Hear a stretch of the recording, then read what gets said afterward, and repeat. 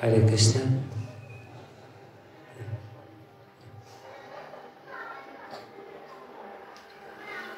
His Holiness Bhakti Vikasha Maharaj has kindly invited me to speak in front of all of you, and he particularly wanted me to speak on the topic of Srila Prabhupada and his mission, and I will try to share my meager understanding of who Prabhupada is and what is his mission. I know that it's mostly Hindi-speaking camp. मेरा हिंदी का ज्ञान बहुत कम है, इसलिए मैं अंग्रेजी में बोल रहा हूँ, लेकिन थोड़ा बोल सकता हूँ.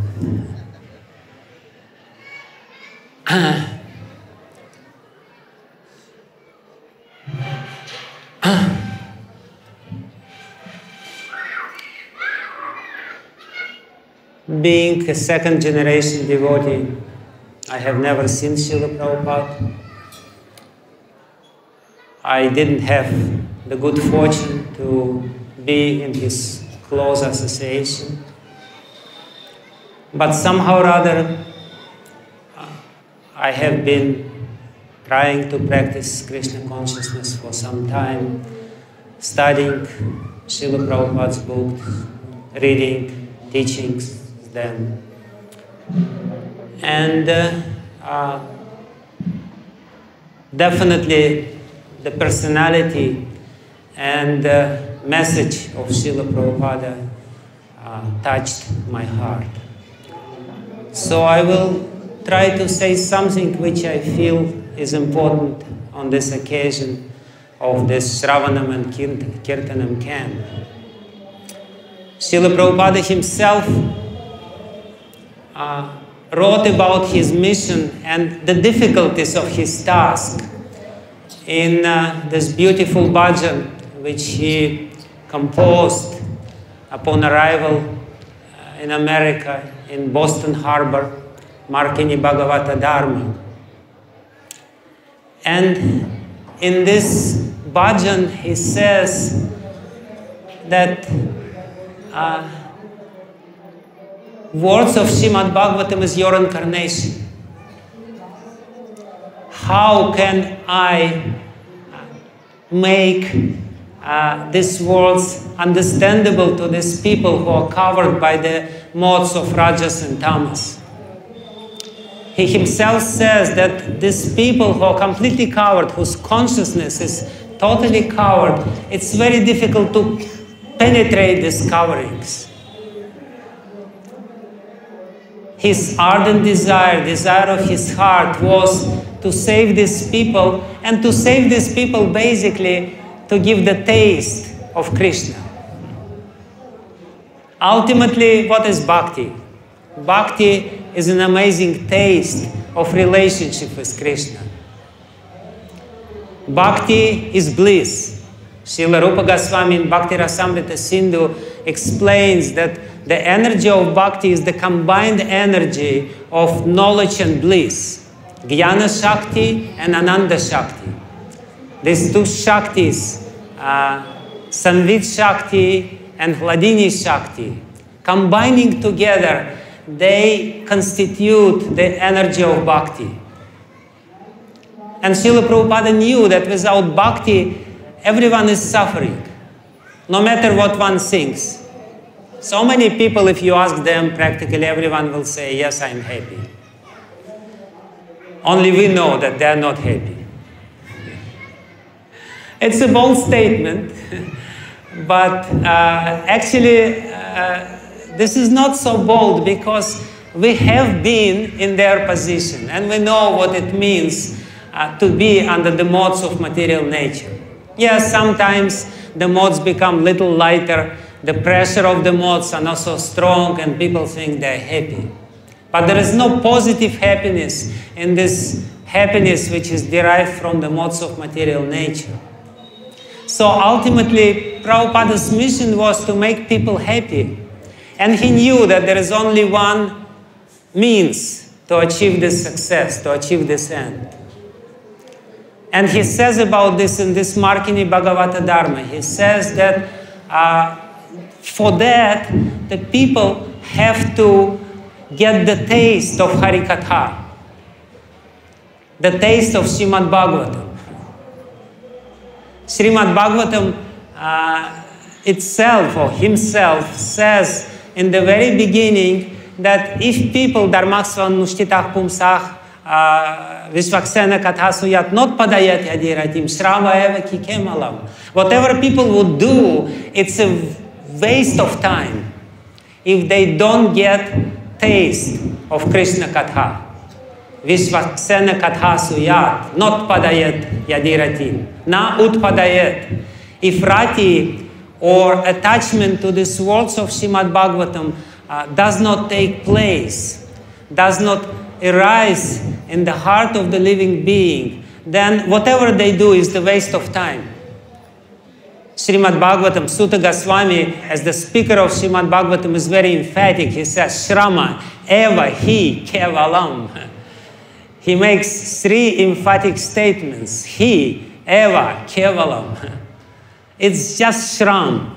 Shram means useless waste of time, just hard work without any good result. Whereas if we get the taste, the real taste for Krishna Katha, for Krishna consciousness, then everything which we do makes sense. Everything which we do in our life becomes very important. So Srila Prabhupada says this, how to solve this problem. He specifically is pondering what to do. I have arrived here and he saw the dark smoke of tamas and rajas, which is hovering over America and basically all the Western countries. This very deep covering is there of tamas and rajas, covering of the soul, covering of the consciousness. How to penetrate this? And in this moment of time, Prabhupada says that only by your mercy they can get some taste. I am ready to deliver your message as it is, the message of Srimad Bhagavatam as it is, without any alteration.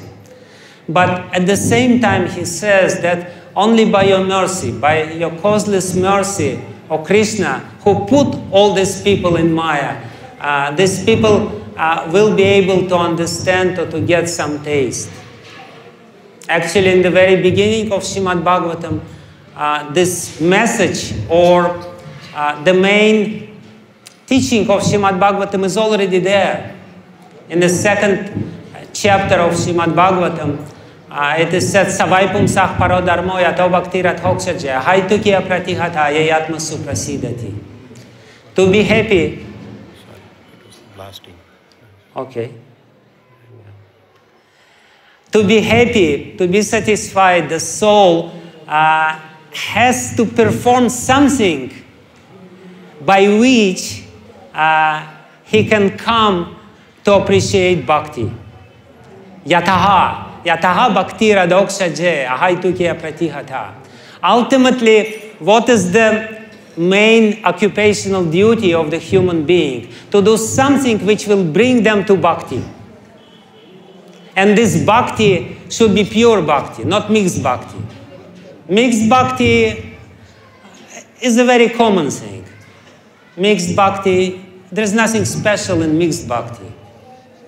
Even the Buddhists, they practice some sort of bhakti. Everyone is practicing some sort of bhakti.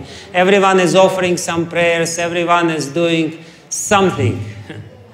But the message of Srimad Bhagavatam, which is conveyed by our acharyas, starting with Rupa Goswami, who got this teaching directly from Sri Chaitanya Mahaprabhu, is the message of pure bhakti. How to get people who are impure to appreciate pure bhakti. That's the problem. And in this moment of time, when Prabhupada is standing there in the harbor of Boston, Upon arrival of America, he is pondering what he should do. And he says, only by your mercy, only by surrender, just make me dance, make me dance, make me dance as like as you want. And we know that ultimately Krishna made Srila Prabhupada dance as he wanted. That's the miracle which happens. If we become completely open to the will of Krishna, he will make us dance as he wants. If we say something, I want this, I don't want this, Krishna says, okay, do whatever you like. This whole material world is for those people who want to do what they want to do. I wanted to tell a few stories about Srila Prabhupada, about few anecdotes of Srila Prabhupada, which I read in the books of his disciples, in the memoirs of his disciples. And by saying this, I remembered one little story which Srila Jayapatak Maharaj is telling. That Srila Prabhupada once was in his room and he saw a cockroach. Sorry. There's so much blast. Okay, so what shall I do? Speak like this? No problem, now you are free to speak. Okay. Okay, is it okay now? Okay. So it's a very nice story. Srila Jayapatak Maharaj says that the cockroach was crawling in Prabhupada's room, and Prabhupada took this cockroach very lovingly, little creature. He came to the window. He put the cockroach outside of window and says, the whole world is for you, enjoy it. So basically, Krishna created this world for us to enjoy. For those people who want to do what they want to do, the whole world is there. You know, we can crawl on the surface of this world as much as we like, as this cockroach. Srila Prabhupada gracefully showed the main understanding of what the conditioned life is. But if people sincerely try to surrender to God, then they become instruments in the hands of God, and Krishna starts creating miracles. And what Prabhupada did is a sheer miracle. There's nothing less than miracle. It's a complete miracle what he has achieved. And yeah, I wanted to tell a few stories how he achieved it, by which means he achieved it. But again, ultimately, what Prabhupada wanted, he wanted people to get the taste of Krishna and Krishna katha. Ultimately, this is most important. This is the turning point in the conditioned life of any living entity. Before we get taste for Krishna katha, Vishvaksena katha ruchi or Krishna katha ruchi, this is one portion of our life. And after we get the ruchi, the taste, it's a completely different story. So this, again, this very ardent desire was within Prabhupada's heart, and it was moving him and directing all his movements in this earth.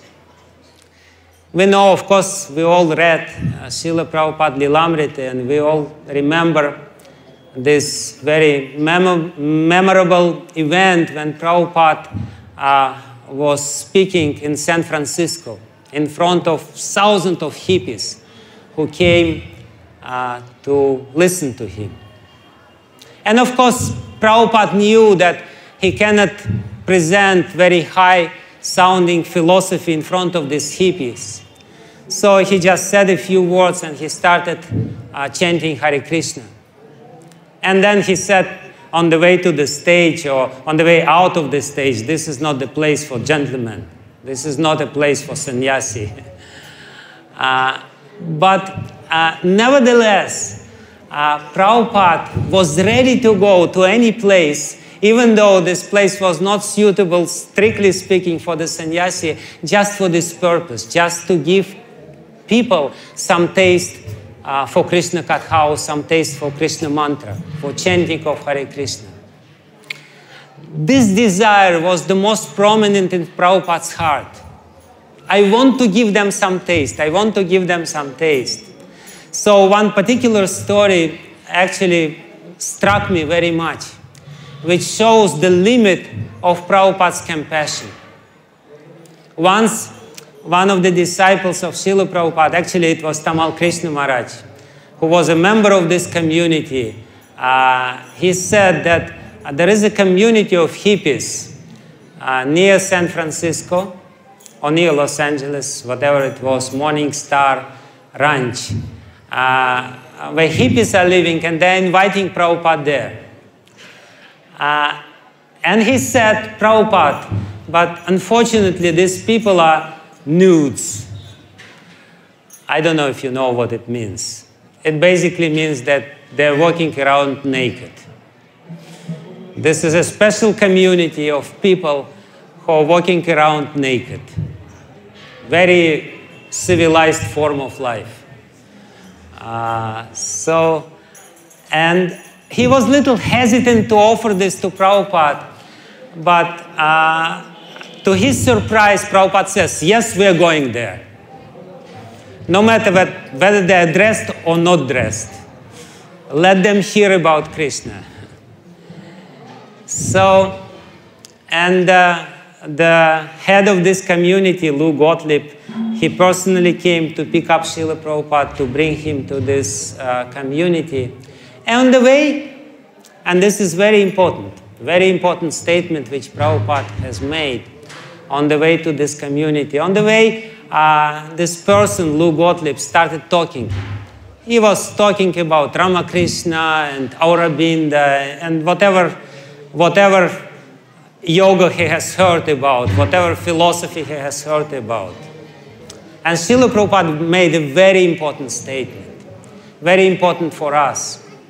He was listening to this talk of this person, and then he says that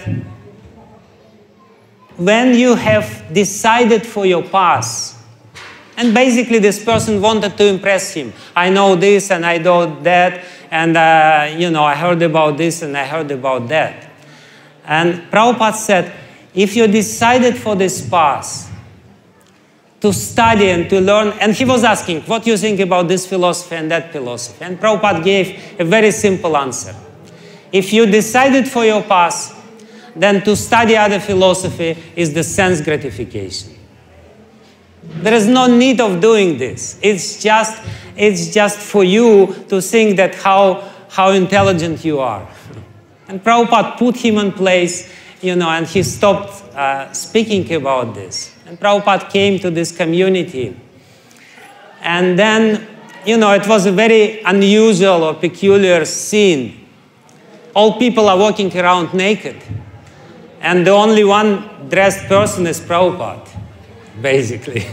And few of his associates, they were also dressed, of course. Although some of them were from this community before. So they had some strong samskaras of being there. And there is one particular statement which actually struck me, which Prabhupada made.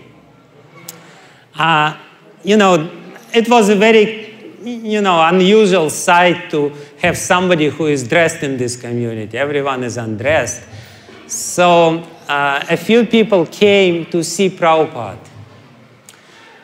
And one of them particularly was totally undressed, and he came and started staring at Prabhupada. He himself tells this story. And Prabhupada looked at him with such a compassion. And he said, what are you doing? And at that time, he was working in the field and he was planting potato. And he said, I'm planting potato. And Prabhupada said, I don't mean this. I mean, what are you doing with your life? So this is, again, a statement which actually encapsulates Prabhupada's mission. He wanted to remind us, what are we doing with our life? We can spend our life in millions of different ways. We can waste our time in millions of different, varieties, this way and that way.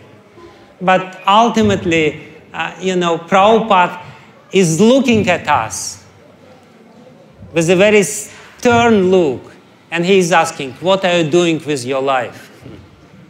And when Prabhupada started Kirtan, that was miraculous, because everyone started chanting with him. And Prabhupada didn't speak again. His method initially was very, very simple. He was only speaking to those who was ready to hear. For everyone else, he was just chanting Hare Krishna. And everyone ecstatically was chanting Hare Krishna and dancing. And Prabhupada, while leaving, he gave just one instruction. But the power of his words was so strong that just giving this instruction, he completely changed the life of this community. Prabhupada, while leaving this community, says, go on chanting. This person who was the head of this community, he says, amazingly enough, more than half of our community went on chanting Hare Krishna again and again and again after that, for many, many days and months. And many people actually dressed after that. They dressed, and some people joined Srila Prabhupada and left this community. So, again, in my understanding, this visit of Srila Prabhupada to this hippie community is somewhat symbolic. Srila Prabhupada is the only civilized person who came to these jungles of uncivilized West. And his message is simple. What are you doing with your life? What are you doing with your life? Just answer these questions. Just look in your heart and answer this question. What are you doing with your life? And then go on chanting. Just go on chanting. Go on with this Hare Krishna mantra. Everything else will come after that. And again, as I said, Krishna, he is basically following the order of his devotee. Of course, his devotee says, you order what you like to do, but Krishna at the same time knows the desire which is there in the heart of his devotee, and he tries to fulfill this desire. We every day chant these Damodarashtakam prayers. And the meaning of these Damodarashtaka prayers is to glorify the love of Mother Yashoda, who was able to bind Krishna. She was so powerful. We are glorifying this power of love. And because Prabhupada's desire to give Krishna consciousness was so strong, he was influencing people by different ways. Sometimes just by looking at them. I wanted to tell another story which, again, struck me very much and impressed me very much. And of course, Srila Rupa Goswami in his Bhakti Rasamrita Sindhu says that bhakti can be transmitted through the words. It can be transmitted just by seeing a pure devotee. Just by seeing Krishna and by seeing pure devotee, one can get some bhakti. Srila Rupa Goswami, he gives an example of Krishna visiting Mithila while he was visiting his devotees, Shrutadev. But one particular little incident is also very significant. And ultimately, if we want to follow Srila Prabhupada, we have to develop the same burning desire. I want to give Krishna consciousness. I want to give people some Krishna consciousness. This particular story actually described by one devotee who met Srila Prabhupada before he became devotee. And he didn't meet Srila Prabhupada as such. He saw Prabhupada on the ship. When Prabhupada's ship was arriving to this harbor, to Boston Harbor, then this devotee, at that time he was not a devotee, he was a sailor. And he was in another ship, and his duty was to welcome the ships which arrive to this harbor.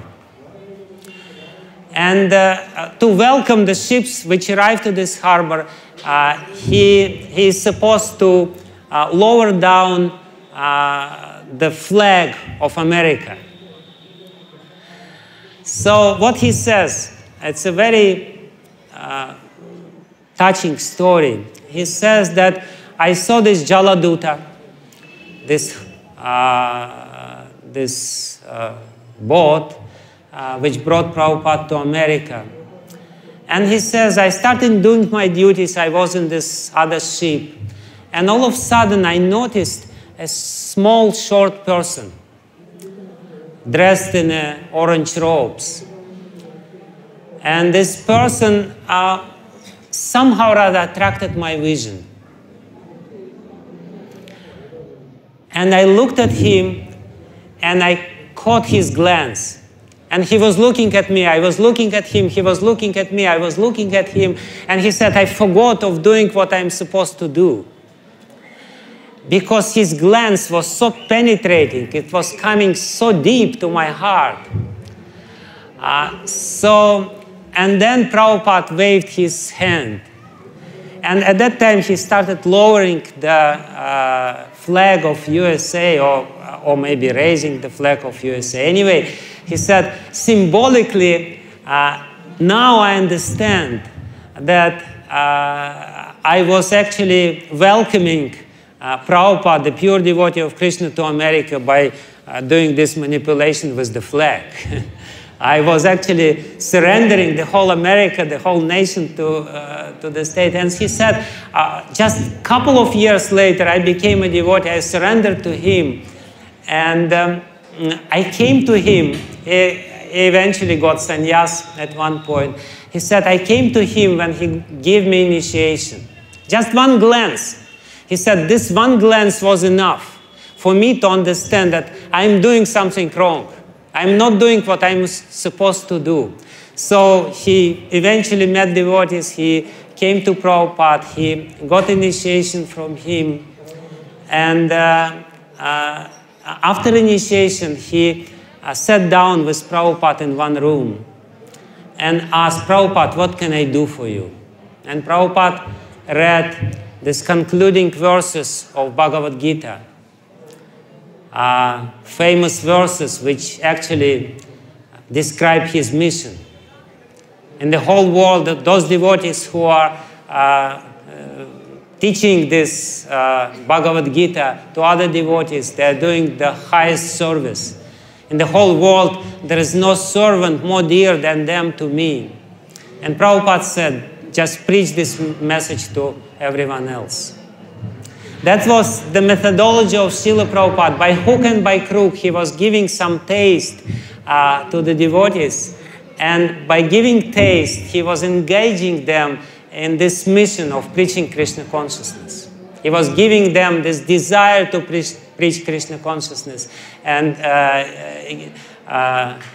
actually inspiring them to do this. And devotees were doing complete miracles by being inspired by his glance and by his teachings and by his integrity.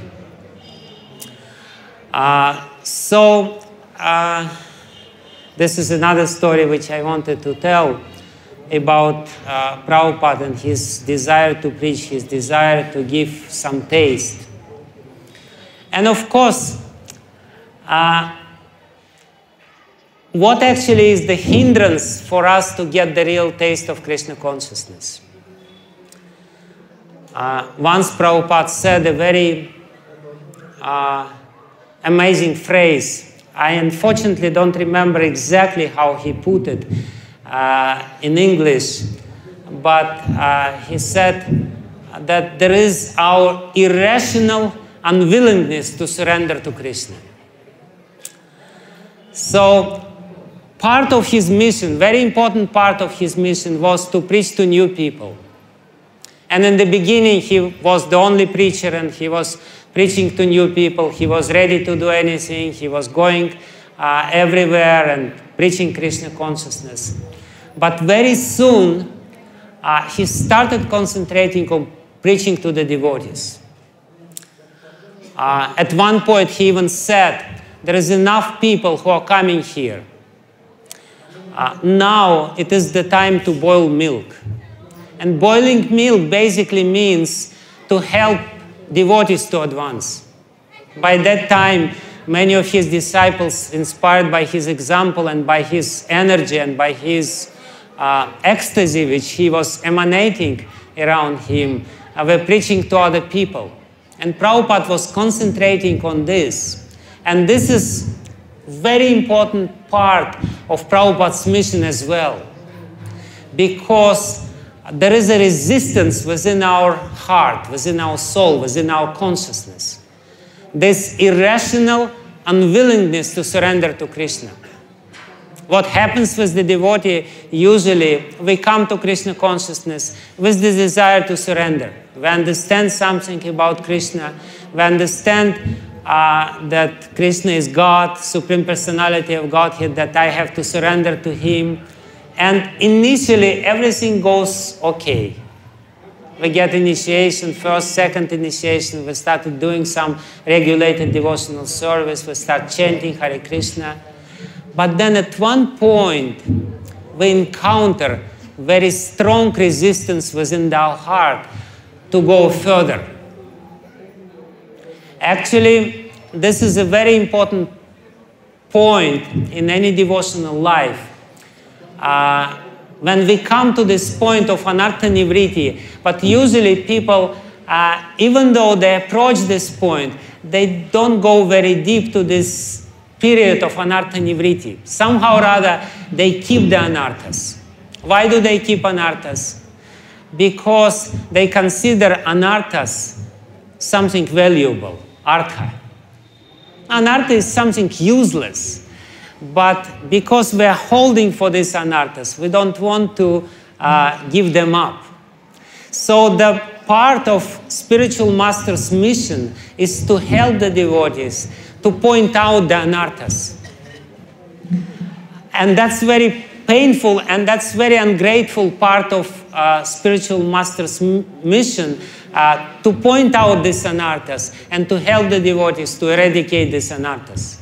I wanted to tell a very beautiful story, which I myself found very instructive, how Prabhupada dealt with it.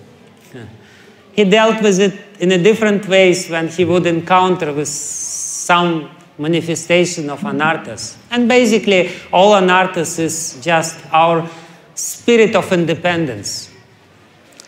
We do want to protect our independence, to protect our right to be independent in this world, to do whatever we like in this world. And this particular story happened with one leader of our movement, sannyasi, who tells this story, but to be politically correct, I will not tell this story. I will not tell his name, but still, you know, it's a very beautiful story. He said, I joined very young. I was only 15 years old when I joined. And I was there in the temple and my life was completely, you know, changed. And he was from quite a well-to-do background, from a rich family. He was living in the temple and he was doing some menial service, washing toilets, which he never did in his life. His whole life he never washed toilets. His whole life he never washed pots. So, and at the same time his family was bombarding him, sending him letters, calling him, saying, what are you doing? You're wasting your life. You're completely spoiling your life. Come back, come back, come back, come back. And ultimately, his girlfriend wrote him a letter and said, you please come back. I need you. I love you. So he was in complete fix because at the same, from one point, he wanted to surrender. He liked Srila Prabhupada. He liked his mission. He liked he somehow or other, he got some taste of chanting, but at the same time, the pressure was too much. He was pulled, he was torn apart. His family is pulling him here, and there is some force which is pulling him there. So he was thinking and thinking and thinking. Ultimately, he decided to bloop. He decided, I shall go. But he couldn't go himself. He first wanted to prove that Srila Prabhupada was wrong. He needed a good excuse. He wanted to go with a peaceful heart. So he wanted to catch Srila Prabhupada on some contradiction. Srila Prabhupada gave the lecture, and there was a darshan, and devotees were sitting there. So he got some courage, and he raised his hand. And he said, Prabhupada, you said that it is Krishna who created everything. And Prabhupada said, yes. And then he said, but Prabhupada, you also said that Krishna wishes well to everyone. He is well-wisher of all living entities. Is it true? Prabhupada said, yes. And then he said, this was his main point, but Prabhupada, why did Krishna create Maya? Because Maya is inflicting sufferings to all the living entities. Krishna is the well-wisher. He wishes well. Why did he create Maya? Isn't that a good question? Inside, he thought, now Prabhupada will be baffled, and then I will go. My mission will be accomplished. Prabhupada looked at him very attentively. And then he said, it's not Krishna who created Maya, you created Maya. Krishna created everything else. And you created Maya. And it's a fact. It's our desire. Ultimately, it's our desire of being independent. Forced Krishna to create Maya, to create this illusion. And he said, I decided to stay. He said, initially I was so shocked. I was looking around, I created Maya. And he thought, everyone is looking at me and showing me, pointing at me, you created Maya, you created Maya. Shame on you, shame on you. But ultimately, this is what it is. This is, again, the part of the ungrateful mission of the spiritual master, to show this is Maya. This is where Maya is. This is your anartha. This is your problem. This is your independence. Because it's difficult, it's hard. Once Srila Prabhupada said, unfortunately I couldn't find this quote, but I definitely read this quote, that Prabhupada said a very striking statement, very amazing statement, very profound statement, that sometimes you can hide yourself from Krishna behind Krishna consciousness, behind the show of Krishna consciousness. But Prabhupada said, we're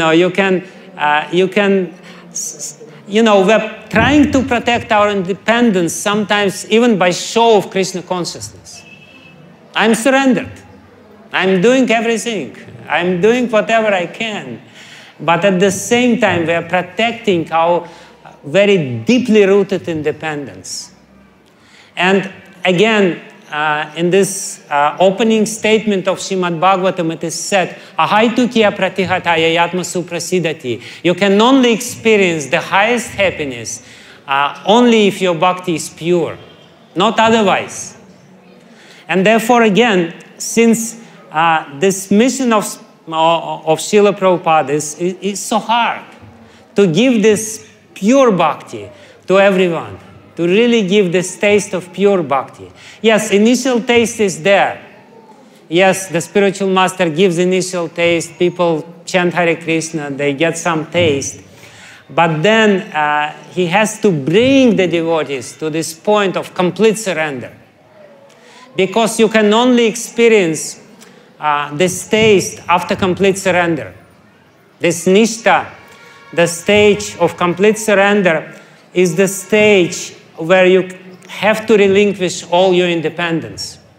Srila Bhaktivinoda Thakur, while explaining the peculiarity of this stage, he says that this stage is described by Sri Chaitanya Mahaprabhu in the third verse of Shikshashtakam. Trinadapi sunichina tarorapi sahishnuna amanina vanadena kirtaniya sadahari. Actually, all the preliminary stages, this is not even bhakti. And even this stage is not bhakti. The bhakti, real bhakti, starts with ruchi. Srila Rupa Goswami makes these amazing statements. He says that, you know, this Sharanagati is not bhakti. Jiva Goswami explains this in Bhakti Sandarbha. This is the doorway to bhakti. This is the only doorway, very narrow doorway, very low doorway, where you have to really, you know, bend your neck and bend your head to enter this doorway. Doorway is Sharanagati, but it's not yet bhakti. And Bhaktivinoda Thakur says that this complete Sharanagati comes when you realize this third verse of Shikshashtakam. Trinadapi sunichina tarorapi sahishnuna. When you become more tolerant than a tree and more humble than the blade of grass. When you're ready to respect everyone and don't expect any respect in return. So everything before that, including anartha nivriti, is just bringing you to this point. Bringing you to this point and giving you this taste. Before that, you really have to work and overcome different anarthas. And one of the most important anartha and one of the most important difficulty, which actually deprives us from having the pure taste of bhakti, is the tendency to be self-deceptive. This self-deception or kautilya, when we are crooked, this crookedness of our intelligence, when we are trying to pose as surrendered, not being surrendered, when we are trying to sell our own desire as a desire of Krishna. That's a very difficult part. Bhaktivinoda Thakur says that this weakness of heart, kautilya, is there. He points out the four fundamental difficulties of the heart, fundamental weaknesses of the heart. First is tuchha sakti, the attachment to something which is really insignificant. We're attached to our body, we're attached to our family members, we're attached to what not. We're attached to our maya, to our independence. And then kautilya comes.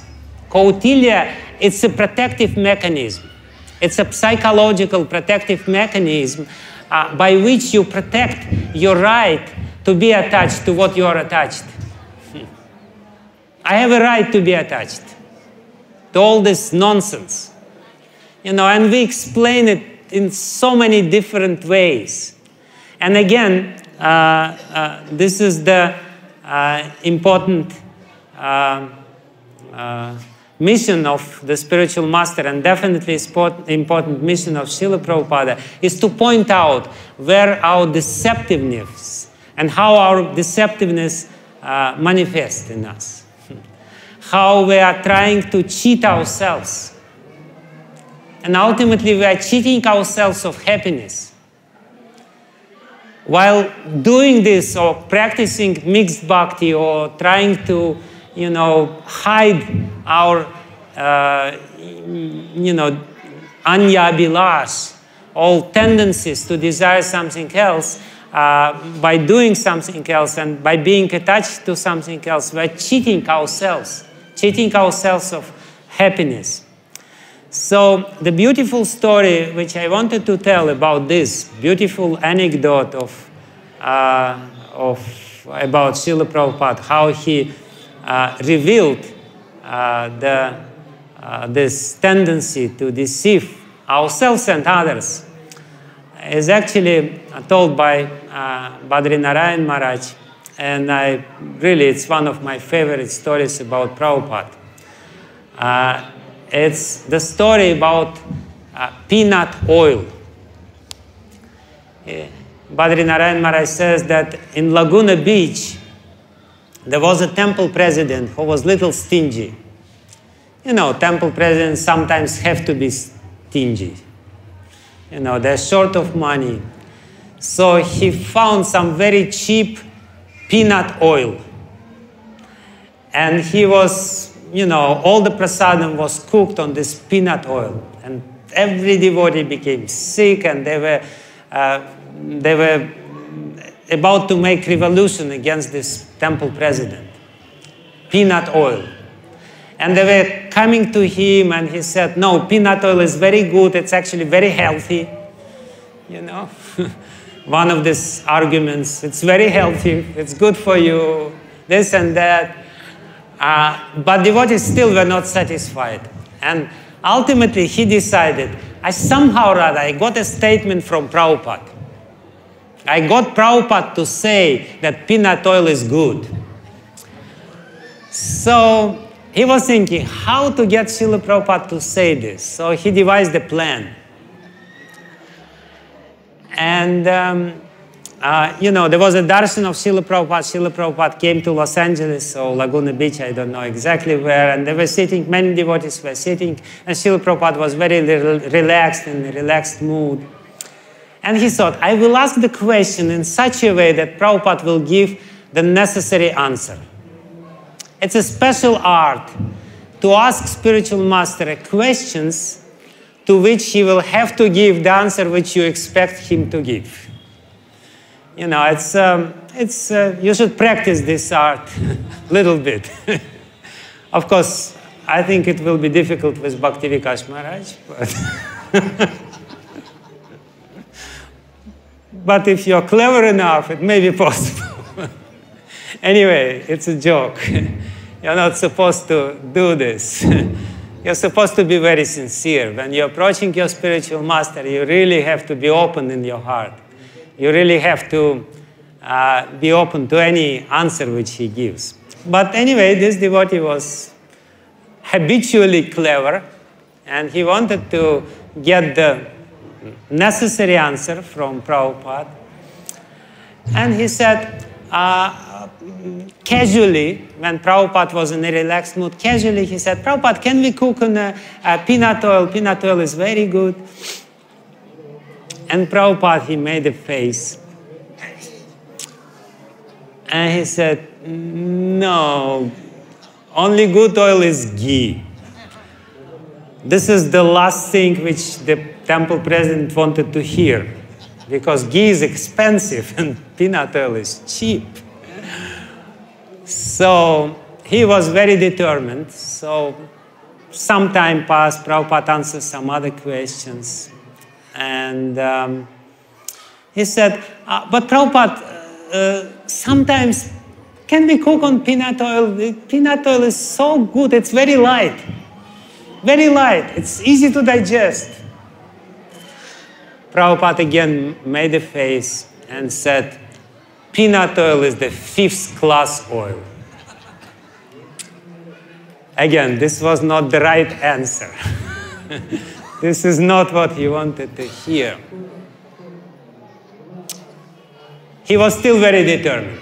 He needed to get the right answer from Prabhupada, because he wanted to quote it to other devotees. Prabhupada says we can cook. So after some time, he again raised his hand and said, Prabhupada, but Prabhupada, but sometimes we can cook. Can we cook peanut oil, just little peanut oil? And Prabhupada said, cook in whatever oil you like. He was jubilant.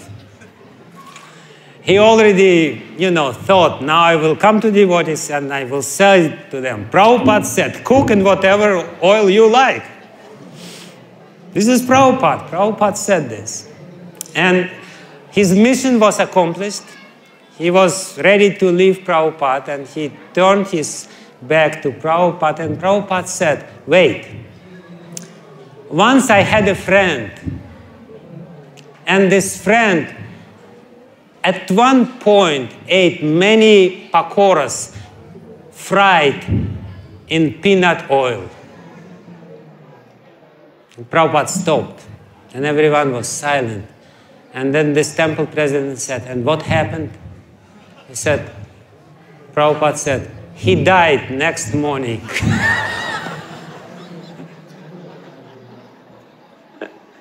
So this is how the peanut oil question was closed. Once and forever. You know, Prabhupada gave an answer.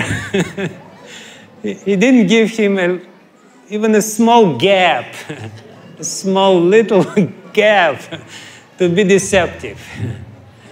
So this is actually what it is. I wanted to tell this, that this is the mission of spiritual master, and mission of Prabhupada actually, to point out where we are deceiving ourselves. What is the self-deceptiveness? Because we ourselves will not be able to understand it. We ourselves will not be able to discriminate or distinguish.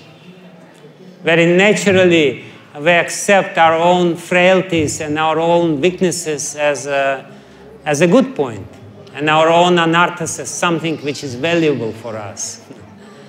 So, anyway, this is just a few anecdotes which I wanted to tell you about Prabhupada to illustrate that his mission was to bring something real, not to bring something cheating, not to bring something which will ultimately, teach people, cheat people from their real happiness. And Prabhupada, yes, he was adamant on this. He was uncompromising when it came to this. He was very lenient in one sense. He was very open-hearted. He was giving Hare Krishna mantra to everyone. He was ready to give it to each and everyone. He was eager to give it to each and everyone, but not at any cost. He actually wanted us to really practice pure Krishna consciousness, which is not easy. And it will take some time. But again, coming back to the beginning of my little talk, is that to achieve this purity, we have to be constantly in contact with this sound vibration of Srila Prabhupada, his teachings, and Srimad Bhagavatam. Prabhupada himself in this Markini Bhagavata Dharma, in this beautiful bhajan, he quotes these verses of Srimad Bhagavatam, starting with Srinvatah Svakatah Krishna Punya Shravana Kirtana Hridyantah Stohya Badrani Vidunoti Suhrit Satam. If we again and again, despite of all the difficulties, despite of all the cheating tendencies, hear Srimad Bhagavatam and speak about Srimad Bhagavatam, Srinvatah Svakatah Krishna Punya Shravana Kirtana, this katha of Srimad Bhagavatam, they themselves capable of making our soul pure. Punya Shravana Kirtan. They bring us punya. In the beginning, they bring us some sukriti.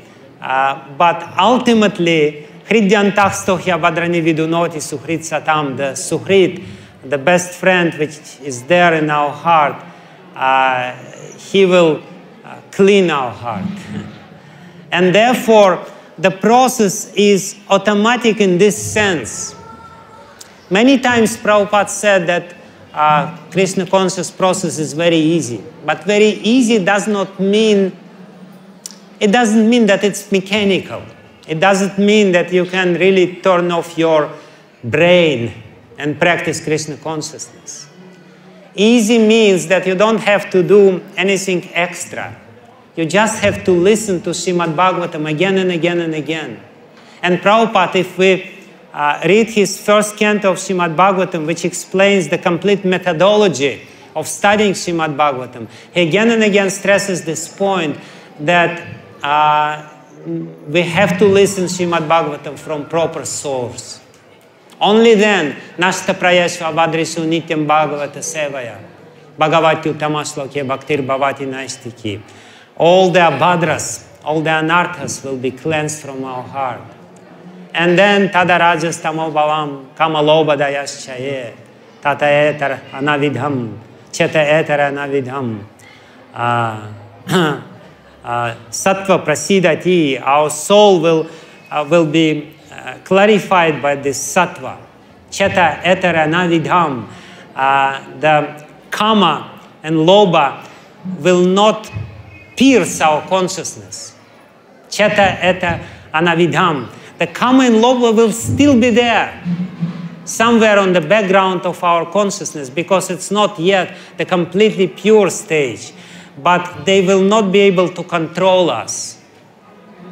So this is a gradual process of Krishna consciousness, but the basis, the very foundation of Krishna consciousness is this: Srinvatah Svakatah Krishna Punya Shravana Kirtana. Again and again and again, every day we have to hear Srimad Bhagavatam, Bhagavad Katha, and Bhagavad Katha includes the Katha of his pure devotee, of Krishna's pure devotee. If we talk about him, it's very purifying for the heart. It will purify our heart from all these cheating propensities, cheating tendencies, and ultimately, hopefully, at one point, we will be able to experience the pure happiness of bhakti, which is again the pure energy of Lord's knowledge and bliss combined. So this is few words. I didn't speak much about preaching, book distribution, this and that, but this is Swarup of Prabhupada's mission. His manifestation, Harinams, book distribution, everything else, we know it very well.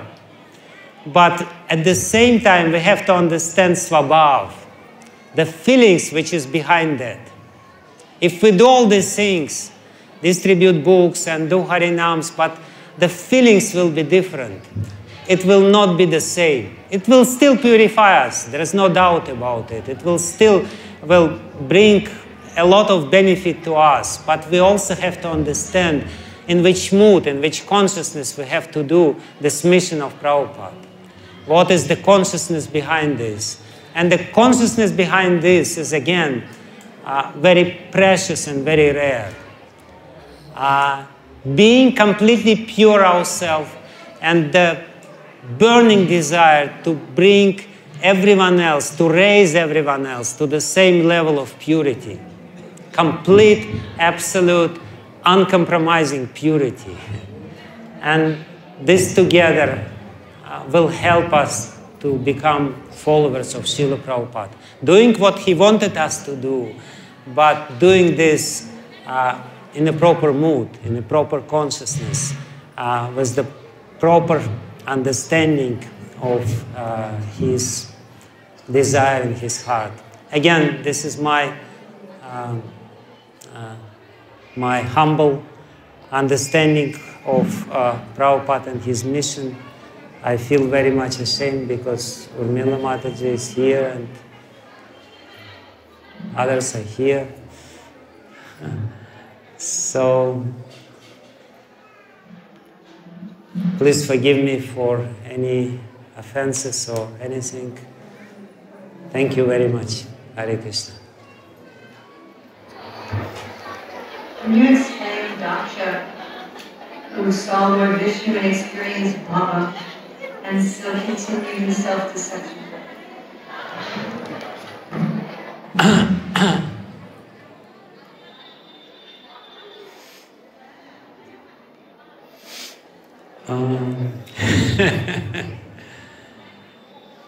Self-deception is very deeply rooted within our heart. I don't think that Daksha really experienced pure bhava. According to the philosophy of Srimad Bhagavatam, he was experiencing some shadow of bhava, bhava bhas. And bhava bhas is very powerful. Rupa Goswami in Bhakti Rasamrita Sindhu says that in bhava bhas you can have all the sattvika bhavas, all the symptoms of your, sattvika bhavas may be there. Still it's a bhas, it's a shadow of pure bhav. Therefore the self-deception was not completely uprooted. In case of Dhruva Maharaj, we can see the transformation which he took place. He started worshipping Krishna, having Anya Abhilash, the different desire in his heart. When he saw Krishna, then he was repentful. He regretted that he had this Anya Abhilash. And he asked Krishna to fulfill his pure desire, to stay with the other devotees and to hear the katha which is coming out from the mouths of other devotees. But still, even in this case, Krishna said, for 36,000 years you will be the king. And it basically means that Krishna, even though Dhruva Maharaj himself didn't see the trace of other desires within his heart, Krishna saw them. And Krishna said, you're not yet ready. You need some time. Short time, 36,000 years. And then it will be done. So it's not such a quick process. And because we're habituated for self-deception, we see something, but it's too painful to see everything which is there in our heart. Others, they see better when they look at us. But unfortunately, we don't recognize their sometimes perceptiveness properly and don't appreciate it. But again, it's not an easy tendency to deal with. You may experience bhava bhas and still keep some independence within the heart. Hare Krishna. Hare Krishna. Вчера на лекции был давал лекцию, что Прабхупада говорил, что не обязательно кроме психологии, нужна психология, нужна астрология, нужна остальное, главное предаться Кришне, сначала по Кришне Бхагавати. Вот. В каких случаях все-таки нужна помощь психолога, преданным? Есть эти случаи?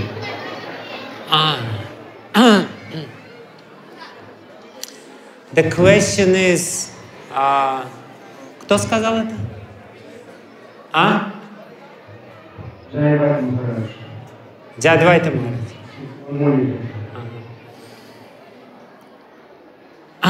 Jayadvaita Maharaj said that the help from the psychologist is not needed to the devotee. You can chant Hare Krishna. Is there any cases when the professional help is necessary? It's a very difficult question in one sense, because Srila Rupa Goswami, he very decisively says that the practice of bhakti is independent. And it basically means that you can solve all your problems by the practice of bhakti alone, including your psychological problems. I'm sure it's possible. If we practice bhakti in the society of pure devotees, or very supportive devotees, with very sincere heart and very sincere desire, and the environment is very good, conducive for our bhakti, and Moreover, if the practice of our bhakti is very intense, if we intensely practice Hare Krishna mantra, we can solve all our problems. There is no doubt about it. Psychological problems is nothing but some deeply rooted problems, some deeply rooted anarthas which are there, which are, hindering our process of bhakti.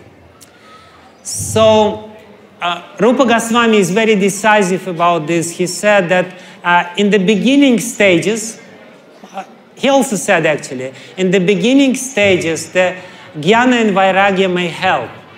But then after that, on the more advanced stages of bhakti, they are not necessary. But in the beginning stages, they are helpful. And Bhaktivinoda Thakur, who came recently, relatively recently, he says in Chaitanya Shikshamrita one peculiar thing. Rupa Goswami rejects Varnashrama, utility of Varnashrama for the practice of Bhakti Yoga completely, entirely, 100%. Now, Bhaktivinoda Thakur says that actually, yes, you can practice Bhakti outside of Varnashrama system, but then it will be very difficult. The difficulties will be there. And he says that as a result of your attempts to practice Bhakti, your lifespan will be shortened. And he gave some example of Brigari the Hunter or somebody else. So it's a very peculiar thing, in one sense, Bhakti is independent, and this is the foundation. We have to understand that Bhakti does not require anything outside help. Bhakti itself is a powerful process. And other processes, they may be helpful in the beginning, including Varnashrama, Jnana, and Vairagya. And therefore, Bhaktivinoda Thakur says that, he is the first of our acharyas who again said Varnashrama is necessary in this sense. And Bhaktisiddhanta Saraswati was, of course, very emphatic about it, and Prabhupada was repeating the same thing, that Varnashrama is necessary. Why? Because it preliminarily purifies the heart, purifies the consciousness from all these problems. Because, in the society which is topsy-turvy, in the modern society which is completely upside down, where there is no proper families, where there is no proper following of the duties, the psychological problems becomes intolerably big. And again, we have to understand that Bhakti alone, if it's practiced with proper intensity, can solve these problems. But again, if these problems are too big, and if there is no society, you can ask for professional help. The problem is that, there is not many genuine, good, professional psychologists. There is a lot of crooks. And therefore, devotees are naturally a little skeptical about these things. But, again, in the beginning, initially, it may be helpful. But even saying this, we have to really understand that Bhakti alone can solve our problems, provided that all the components of Bhakti are in place, and there is an environment which is supportive for us practicing Bhakti. So this is my answer to this question. I completely agree in principle with Jayadvaita Maharaj.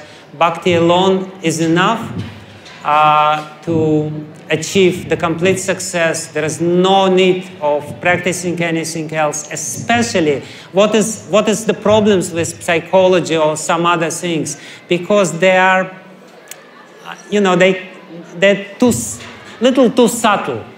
Gross things, it's very difficult to distinguish them or to recognize them. But this is little subtle, and there may be some undesirable subtle influences. When we enter into this very close contact with the psychologist, we become open to his garbage. And if he is not a pure devotee, it's very dangerous in a sense, because he can plant plant or water some desires which are there in the heart. That's the problem. Otherwise, you know, because we are living in this completely abnormal world and the psychological problems become so acute, then, you know, sometimes it may give some relief if you are lucky enough to find a professional psychologist who can help you. So that would be my opinion on this question. But of course, on this particular point, you have to ask Bhakti Vikasha Maharaj and get his opinion and consider his opinion as a final. Thank you very much. Hare Krishna.